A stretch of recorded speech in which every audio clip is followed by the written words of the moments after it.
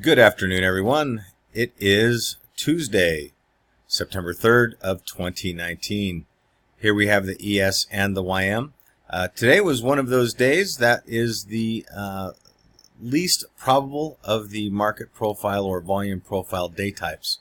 And it is a normal day. That is, the range is contained within the first hour's trade, or the IBR, the IB range. So today, it was a bit choppy. We entered the day with a neutral bias and a full intention of, fully aware that this is likely to be a two-sided trade day.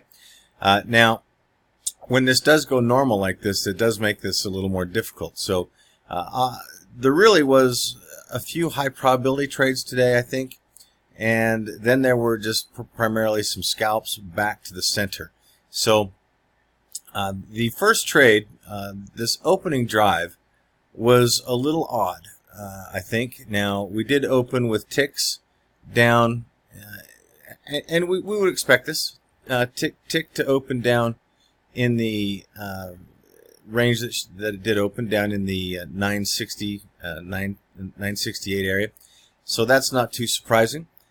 Tick corrected all the way up. Now, as tick was correcting up, this is, you can see the OSR right here, the OSR low and the OSR high in the ES, the OSR low and the OSR high in the YM. So as tick was correcting and price was just shooting up in the ES, the YM one ticked her OSR. So you've got intermarket divergences here between the ES and the YM, which I think does provide good context, especially with the neutral bias.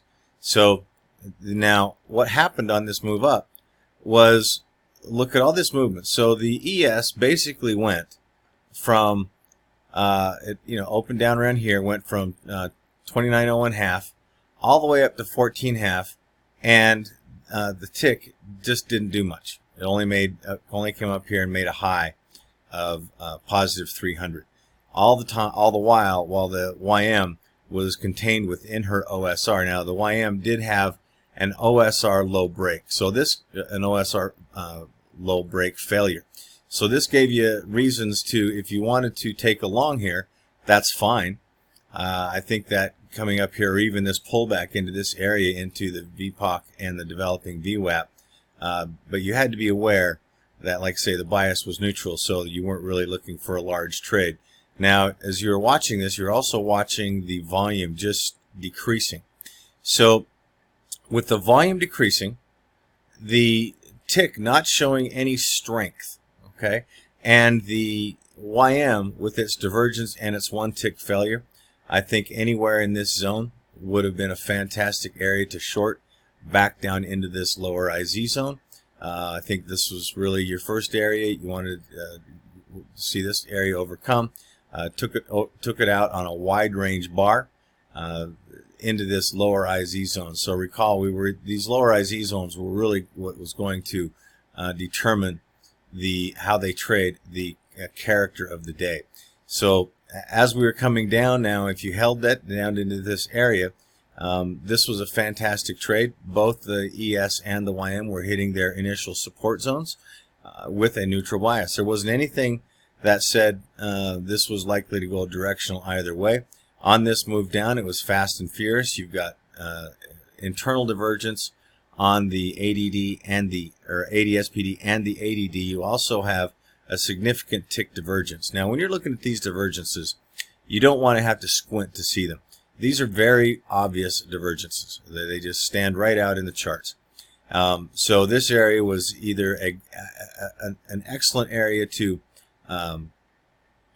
exit your short trade from up here, which I think was a high probability trade, and down here, if you were short here, it's psychologically, it's very tough to exit a short trade and enter a long trade. However, I think this was another excellent area to go long, to target this upper IZ zone. So if you would have shorted here and targeted this IZ zone, you had plenty of time to clear your mind and use this zone and these divergences to target up into this upper IZ zone.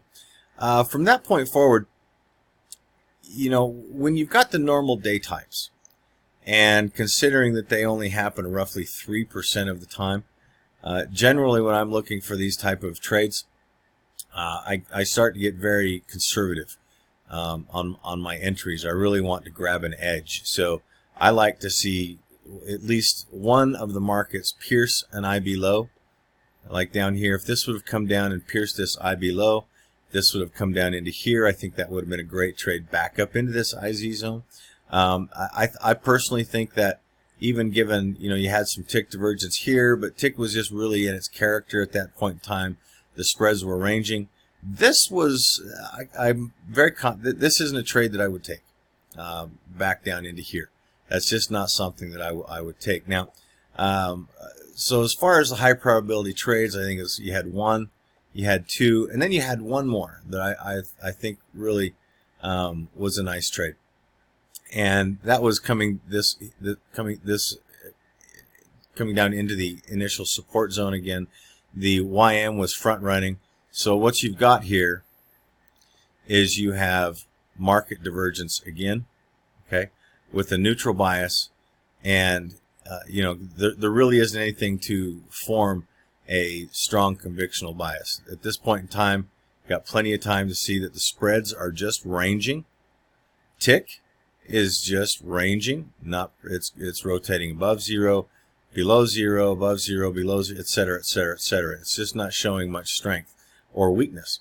So the bias is pure neutral at this point in time. So after you've seen that, when you saw this and then you saw the reaction up into here and back down into here, now you can identify your risk, okay? And I think this was a nice trade to take it back up into the developing VPOC area. Even at the stretch or the extended target for this trade would have been this upper IZ zone. What you've got here is, you've got the head, you've got a left shoulder, and you've got a right shoulder, and you have the same pattern on the YM right here. So as this was this right shoulder was forming, you can see that the YM, the divergence in the YM is remaining, okay? And this is one of the things that allows you to take a sister trade using one of the other markets on your intermarket analysis. So those are really, I believe, the high probability trades today. In this area, I think it was, it was just, you just really wanted to scalp. You had really no reasons to really expect a high magnitude trade. So, if you're a scalper, then this is a great area, I think, to scalp around, although it is risky, I do believe. Price was back in its OSR after having clear separation from the top, clear separation from the bottom, came back in and just started balancing out primarily in this OSR. So once it tried to escape this, it was highly likely that it was to come back into balance. All right, so that's how the day played out. We do have a number of Fed speakers tomorrow. We have John Williams on the open. We have Kaplan, top of A period. We have Bowman at 11:30 Central, Bullard at 11:30 Central, Kashkari at noon Central, and we have the Beige Book tomorrow. And then after that at 2:15, we have Charles Evans. So it is a Fed parade tomorrow with Beige Book. So hopefully the ETH session will give us some nice, clear information to form a trade plan. Opening up in this area is just it's not going to be pretty. All right, everyone. I hope everyone traded well. I look forward to speaking with you in the morning. And as always, any questions, anything I can do to help, please don't hesitate to message me. Thank you very much, everyone. Bye-bye.